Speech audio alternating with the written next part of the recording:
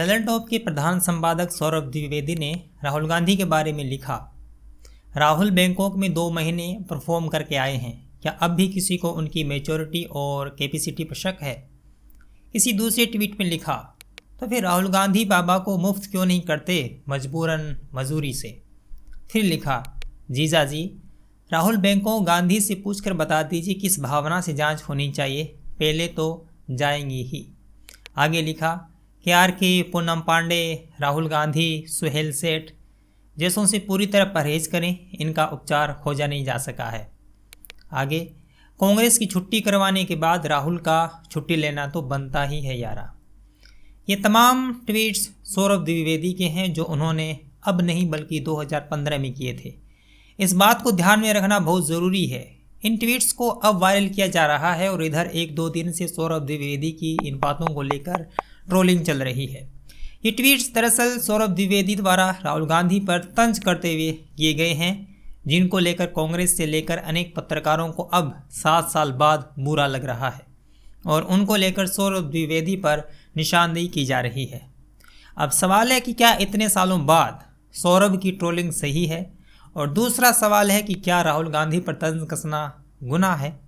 इन 2 सवालों के आश्रय में अपनी बात कहना चाहता हूँ। पहला सवाल, क्या 7 साल बाद इस तरह के पुराने ट्वीट्स के आधार पर सौरभ द्विवेदी पर निशानदेही की जा सकती है। इधर न केवल विपक्षी पार्टियों में बल्कि पत्रकारों में एक तरह का चलन बना है कि जिस भी पत्रकार की राय उनकी राय से मेल नहीं खाती है तो उसे तत्काल गोदी मीडिया की संज्ञा दे दी जाती है। जैसे उनको लगता है कि इस दुनिया में 2 ही तरह की पत्रकारिता की जा सकती है, एक तो वो जो वो कर रहे हैं, दूसरी गोदी मीडिया। ऐसे ही आरोप सौरभ और ललन टॉप की पत्रकारिता पर लगाए जा रहे हैं, लेकिन ललन टॉप की पत्रकारिता को हम सब ने देखा है। उनके आरोप कितने ठहरते हैं ये अलग से बतलाने की आवश्यकता नहीं है। दूसरा, ये सारी बातें तब की कही गई है जब साल 2015 था और अब चल रहा है 2022, यानी 7 साल पहले।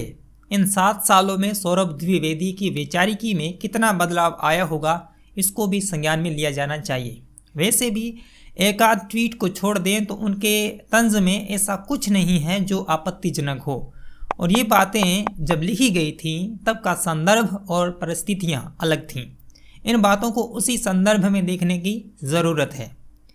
मेरी स्थापना है कि व्यक्ति के मूल्यांकन का आधार उसके अंतिम विचार ही होने चाहिए, यानी वह वर्तमान में क्या कर रहा है, उसकी वैचारिक स्थिति क्या है, उसका मूल्यांकन का आधार वही होना चाहिए।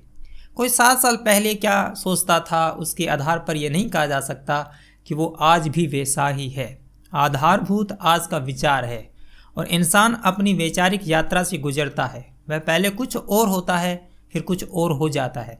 यह हर किसी के साथ घटित होता है, और जिसके साथ इस तरह की विकास प्रक्रिया घटित नहीं होती तो वह निश्चित ही जड़ है, वो वही है जहाँ वह था। उन्हें उपचार की आवश्यकता है, क्योंकि जैसे जैसे हम जीवन में आगे बढ़ते हैं हमारी पुरानी मान्यताएं खंडित होती हैं और नई बनती है। और ऐसा भी संभव है कि हमने शुरू में स्थापनाएं बनाई वो अधिक मजबूत भी हो सकती है अगर जीवन और विचार की विकास यात्रा में उसके पक्ष में बेहतर तर्क मिलें तो।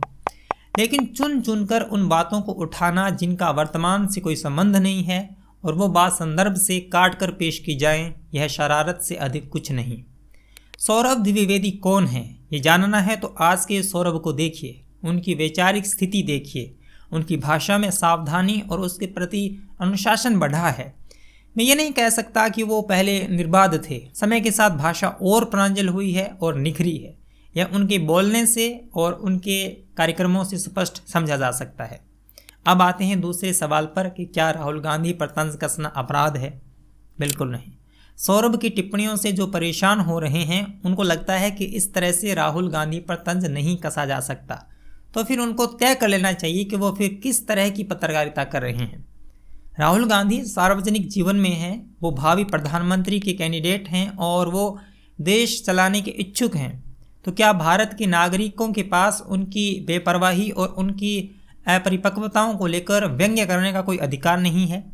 अगर इस बात से कुछ पत्रकारों और कांग्रेसी नेताओं को दिक्कत है तो उनको चाहिए कि वो फिर लोकतांत्रिकता और फ्रीडम ऑफ स्पीच के झंडे नीचे रख दें, क्योंकि इधर मैंने पाया है कि कुछ लोग राहुल गांधी और अर्नब गोस्वामी के इंटरव्यू को लेकर भी नाखुश हैं। वो उस व्यक्ति की जमकर आलोचना करते हैं जिसने अर्नब के सामने राहुल को बैठाया।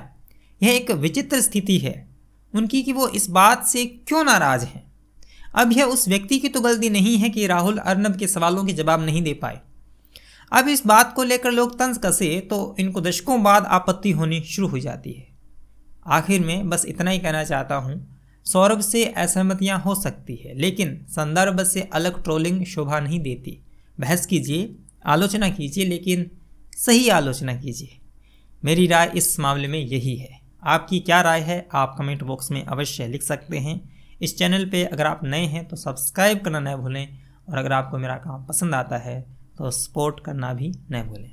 मिलेंगे अगली वीडियो में, तब तक के लिए धन्यवाद। सब्सक्राइब कीजिए कुमार शाम यूट्यूब चैनल को और बेल आइकन भी दबाना न भूलें।